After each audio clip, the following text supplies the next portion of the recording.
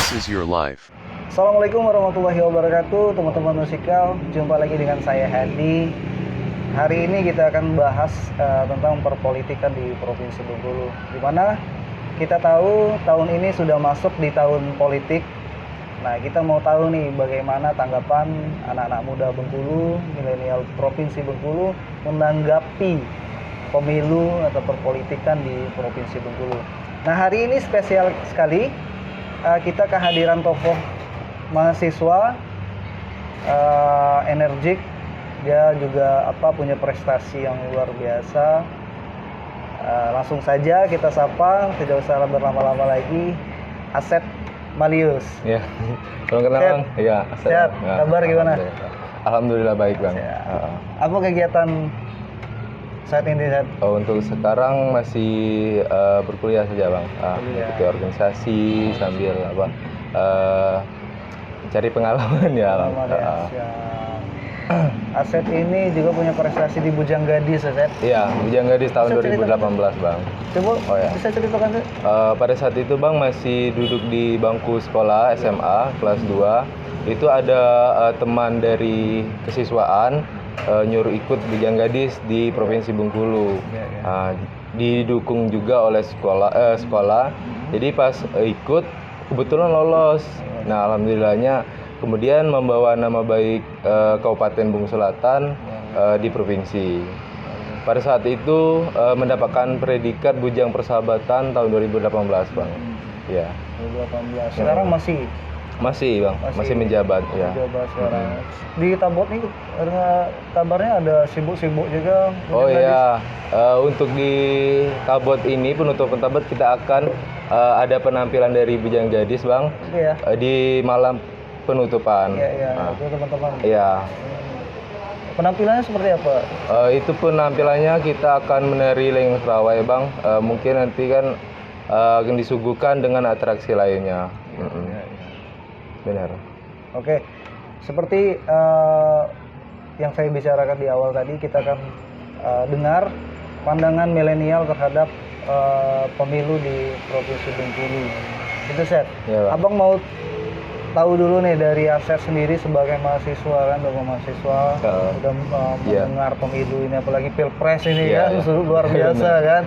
Apalagi juga kita pilgub, pilwakot, pileg yang sangat dekat kan di Februari 2024. Nah, pandangan Asep sendiri terkait pemilu ini seperti apa sih? Baiklah Bang, untuk pandangan Asep sebagai generasi milenial tentang pemilu 2024 nanti sangat antusias ya Bang, karena kami sebagai generasi muda menyambut antusias sekali akan adanya pemilu 2024, di mana pemilu ini akan menentukan generasi kita benar untuk kedepannya nanti seperti itu. Kita sebagai generasi milenial sepatutnya menyaring informasi yang berguna, yang jelas adanya faktanya seperti itu Bang. Karena banyak isu yang menyudutkan satu pihak dan lainnya ya Bang terhadap baik itu golongan pemerintahnya, partainya, baik itu politiknya atau orangnya langsung seperti itu Bang. Betul. Berarti kita harus menjaga ya, milenial harus menjaga ya. Benar sekali. Juga harus berjuang agar pemilu ini sukses nanti ya. Kalau politik sendiri ini kan nanti kita dekat pileg ini ya, kayak gitu. Nah, ini kan banyak anak muda ini kan menjadi sasaran ini, sasaran suara-suara yang begitu banyak kan di Provinsi Bengkulu. Mungkin nanti tanggapan Asep sendiri atau anak muda sendiri dengan adanya tawaran-tawaran seperti itu seperti apa ya?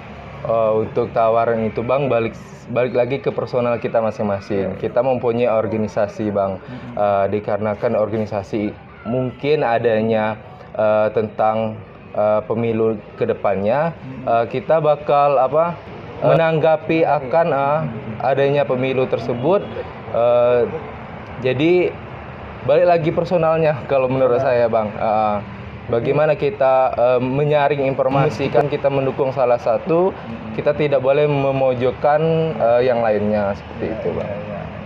Berarti milenial harus betul-betul jeli ya. Benar sekali Bang. Personal dari caleg itu, apalagi pilwakot, apalagi Ya. dari cawakotnya, cawagupnya kan, cagupnya Benar-benar. gitu kan. Karena menentukan Iya. kedepannya Bang. Paling Karena penting generasi milenial ini kan sangat tergantung sama Ya, betul. pemimpin kita nanti seperti itu. Jadi teman-teman, milenial tuh harus kayak gitu. Iya, iya, kan? Harus punya apa? Pendirian. Bang. gitu kan. Nah, ini kan banyak juga Seth, Abang lihat caleg-caleg kan yang masih muda ini kan. Apalagi beberapa partai ini memang mengusung caleg-caleg yang muda Iya, gitu benar, kan, energik. Nah, tanggapan Seth sendiri seperti apa itu? Kalau bagi Asa sendiri Bang, untuk calon pemimpin masa depan itu sangat bagus untuk kaum pemuda-pemuda ya Bang. Dikarenakan mungkin untuk relasinya atau pola pikirnya dengan kaum milenial ini agak sinkron Bang. Jadi mungkin kaum calon pemimpin ini yang muda-muda bakal satu pemikiran dengan anak-anak muda zaman sekarang Bang. Karena anak muda zaman sekarang banyak memerlukan bukti yang nyata seperti itu Bang untuk pemimpin masa depan nanti. Seperti itu. Berarti lihat dulu buktinya apa. ya kan? Benar. Kalaupun memang dia belum berpengalaman, mungkin sepak terjangnya seperti Benar apa. Bang, sepak kayak terjangnya. Gitu, ya kan? Ada teman yang caleg? Belum ada. Iya. Apa sih mau caleg? Nanti Mungkin insya Allah, saja. ya, mungkin saja. Mungkin itu. Ya. Jadi ada pertanyaan lagi Zan. Mungkin dari teman-teman juga atau dari masyarakat juga. Iya. Ini milenial ini kan rentan ya dengan berita hoax. Benar gitu sekali. kan. Rentan dengan isu sara juga dengan apalagi perpolitikan di sini ya. Apalagi kita mendekati Pemilu ya. Pilpres juga kan dulu banyaklah bahasa-bahasa yang tidak mengenakan lah. Nah, ini dari milenial sendiri tanggapannya harus seperti apa sih?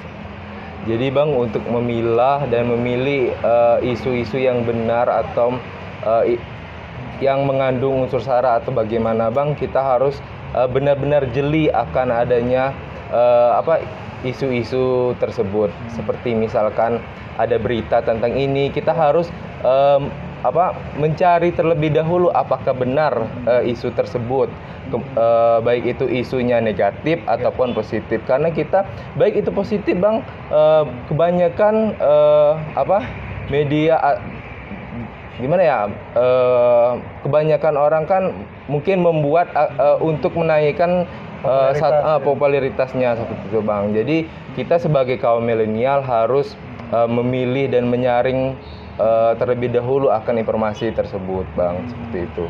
Yang biasa muncul itu informasi seperti apa sih yang muncul di kalian? Oh ya, kebanyakan itu Bang isu-isu tentang isu hoax tentang calon pemimpin nanti Bang, mungkin memojokkan atau mencari agak kesalahannya seperti itu Padahal Bang. itu belum tentu benar. Belum tentu benar. Jadi kita sebagai kaum milenial harus mencari dan menyaring informasi tersebut Bang. Mencari faktanya juga, Benar ya? sekali ya. Seperti itu. Terus jangan langsung share aja. Ya, Ya karena kita nggak tahu kan sumbernya itu mungkin dari mana atau mungkin karangan atau gimana ya Bang. Mungkin goreng-gorengan Ya, boleh, aja, bisa tiba-tiba bisa biar jadi naik Bang. terus kan kayak gitu kan. Ya, itu teman-teman. Jadi banyak masyarakat kan menilai pemuda ini kan sebelah mata gitu. Iya. Set. Nah, jadi bagaimana sih milenial ini meluahkan pola pikir gitu. Bahwa milenial ini mampu untuk mendukung, mensupport pembangunan di Provinsi Bengkulu ini, di Kota Bengkulu ini, bahkan di kabupaten juga kan. Bagaimana membangun pola pikir yang seharusnya memang sejajar dengan senior gitu. Dan apalagi kan milenial kan punya energik ya. Iya, benar sekali. Energik. Nah, ini pola pikir harus seperti apa sih kita milenial itu? Zat? Jadi untuk kaum milenial sekarang Bang, kita harus mempunyai pola pikir yang pertama yang positif. Yang kedua kita berinteraksi dan peka terhadap lingkungan Bang. Karena kita sebagai kaum milenial ini tidak bisa hanya duduk diam di rumah saja Bang. Harus berinteraksi dengan masyarakat. Kalau kita sebagai mahasiswa itu harus berinteraksi di organisasi, mengikuti organisasi-organisasi yang menurut kita sejalan atau positif untuk kita ke depannya seperti itu Bang. Karena di organisasi itulah kita dilatih tentang bagaimana kita cara memimpin, cara kita menyuarakan pendapat kita seperti itu Bang. Karena kalau kita tidak peka terhadap lingkungan sekitar, kita bakal mengalir seperti air saja Bang, ikut saja seperti itu. Jadi jangan ngalir, jadi ambil peran ya di ambil situ. peran kita sebagai kaum milenial ini Bang. Jadi masyarakat yang nggak yakin dengan milenial, buktikan. Ya. Karena kita tidak hanya ibaratnya tidak hanya sekedar mahasiswa kuliah pulang, karena kita sebagai kaum milenial harus berperan aktif di keorganisasian tersebut, Bang. Jadi kita terbangun karakter yang peduli dengan negara ini, dengan bangsa ini, dengan daerah ini, ya kan. Jadi masyarakat jangan memandang sebelah mata. Gitu. Iya, benar jadi, sekali. Mungkin yang terakhir, Seth. Iya, benar. Ada nggak himbauan dari Asep juga sebagai tokoh mahasiswa, kan tokoh milenial juga di Provinsi Bengkulu? Mungkin ada imbauan untuk anak-anak muda di Provinsi Bengkulu khususnya, mungkin silakan. Terkhusus untuk kaum milenial terkait pemilu ini ya. Benar sekali ya. Khusus untuk kaum milenial di Provinsi Bengkulu khususnya terkait tentang adanya pemilihan calon pemimpin masa depan kita harus selektif dengan isu-isu terkini, karena kita butuh penegasan terhadap calon pemimpin kita, baik itu kerja nyatanya seperti apa, kemudian progresnya bagaimana di dunia kepolitikan. Kita harus jeli akan hal tersebut. Iya. Apalagi tentang isu yang isu yang menyudutkan salah satu atau kedua belah pihak manapun Bang. Kita harus jeli akan isu tersebut seperti itu. Apalagi bahasanya yang kurang bagus, yang enak itu ya. Benar sekali Bang. Ya, karena membuat sakit hati itu kalau anak muda ini kan membara kan. Iya. Akhirnya janjian di mana ketemu ya kan. Benar. Di pantai akhirnya kan baku hantam ya. Iya. Nah, itu Seth, mungkin obrolan kita singkatnya sampai sini Seth, karena memang waktu kita terbatas kan, saya juga punya kegiatan. Mungkin nanti akan kita jadwalkan lagi obrolan lagi. Boleh Bang, siap. Yang lebih hebat lagi. Itu terima kasih banyak Seth udah hadir, terima kasih teman-teman musikal, terima kasih buat Asep udah menyempatkan hadir di podcast kita hari ini. Oke teman-teman, kami pamit undur diri. Wassalamualaikum warahmatullahi wabarakatuh.